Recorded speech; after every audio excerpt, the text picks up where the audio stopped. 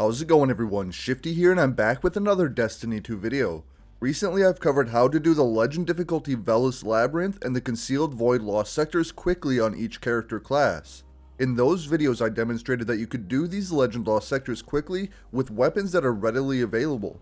I also avoided using Warmind Cell builds because a lot of people don't have all of the Warmind Cell mods. Well, today I'm going to be showing you how to run the Legend Exodus Garden 2A in under 2 minutes and 10 seconds on any class. Before I get into it, if you end up enjoying the video or finding it useful, make sure to like and subscribe. I'd love to have you join my channel. Also, if you feel like further supporting my channel and you plan to shop on Amazon anytime soon, hit up my affiliate links in the description down below. Alright, I'm going to start with my weapon selection, which is the same across all 3 classes. First, I'm using the Nightwatch Kinetic Scout Rifle with explosive rounds.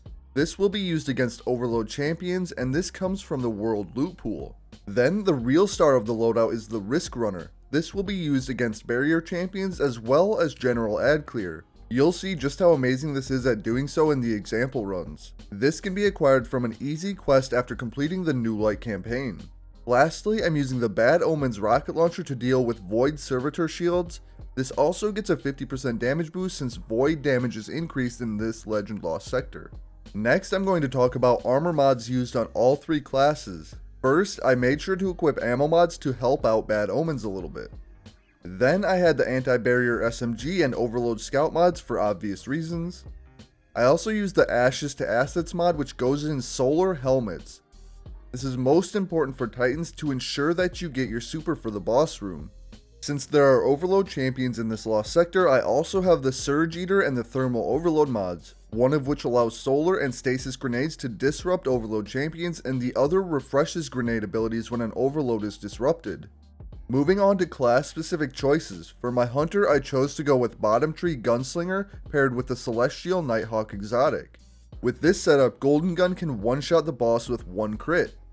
For my grenade I went with the Swarm Grenade since it's as close to a persistent grenade that this subclass has.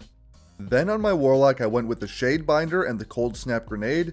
I chose this mainly for the freezing capabilities and also because the super works fine against the boss.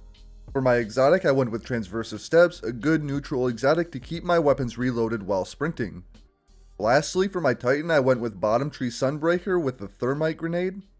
This one was mainly personal preference, I just really like Bottom Tree Sunbreaker and the super also works really well against the boss. My exotic armor choice was Phoenix Cradle for no real reason, but I won't complain about doubling the duration of the Sun Warrior perk from Sunspots. Alright, that's it for the general setup. Now we are going to move on to the full runs for each class. There are currently timestamps on the screen if you want to skip ahead, otherwise stick around to check out runs on all 3 classes.